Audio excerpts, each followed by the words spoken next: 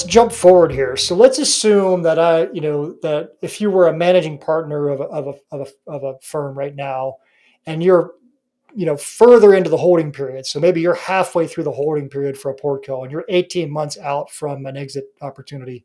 What should they be thinking about now? What should they be telling the leaders of those portfolio companies right now?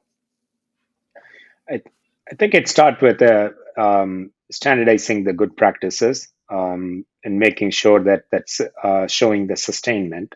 So that's that one aspect of it. Then, in terms of looking at opportunities for consolidation, when I say consolidation, it could be network optimization opportunities, their procurement options. I've seen um, companies with two or three facilities. They probably buy the same parts in three different part of the country. Could there be a central procurement team making those purchasing decisions for all three sides? Those type of opportunities still exist for them to show not only the value for their holding period, but it also give an opportunity for the prospective buyer that there is more room for them to expand and benefit from it. And then in terms of, again, we talked about both the impact of a stronger process. When we say stronger process, having a good performance management system, a preventive maintenance program, and those type of um, areas they can easily implement in a short period and still get the benefit through their holding period, but it also will present the company in a very positive opportunistic area with regards to the exit. When you think about holdings that are at this stage of the game that are 18 months out, or maybe even 12 months out, given everything that's played out over the last 24 months, do you see most of them hitting their performance targets, like from a revenue growth or cost reduction targets? Is that happening, or are there so many headwinds that they're having a hard time? I think the one element which is, I know the revenue growth is having some impact from the inflation, but the challenges faced by supply chain challenges had a bigger impact for them, and that's, to me, is still an area where they need to continue to invest time and effort in how do I call it, improving those process regardless of the market condition. Having a very sound supply chain team with a solid, we call it SLOP process, it's a sales and operating plan process, could position them better to even win in this type of market. Because at the end of the day, the customers are still expecting a good performance and they're willing to pay for that with a premium.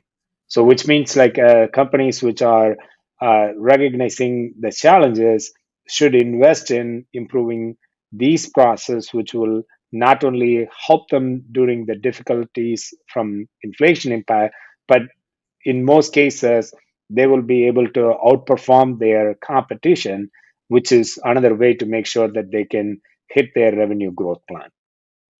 Are you still seeing the wide swings in demand inside of manufacturing clients that you were seeing maybe 24 months ago? Is it still kind of that kind of chaotic ride that it was for a short period, or has that settled down and they've started to get a better picture of what demand is on a monthly, weekly, daily, or longer horizon? Well, I think it depends on industry, and it depends on the company itself. I think for many companies, what they're seeing, and we have many clients right now where they are making what they're receiving, and that may not match against what their demand plan looks like.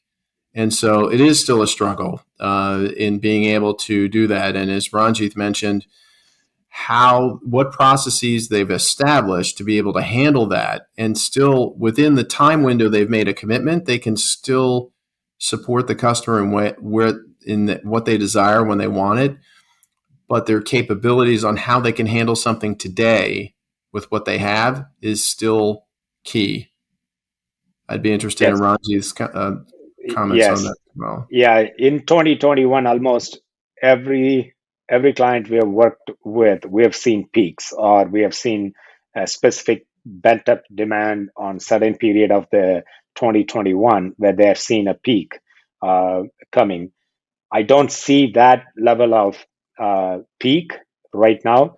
It's a little bit more moderate, but the variation still exists, and that's driven based on the supply and demand. Wherever the customer or the client feel like there is still vulnerabilities with supply chain, they're still ordering little more than what they originally would. But in terms of foundation for process is where many of our clients utilize our service to make sure that they stay uh, prepared for both increase in volume or reduction in volume.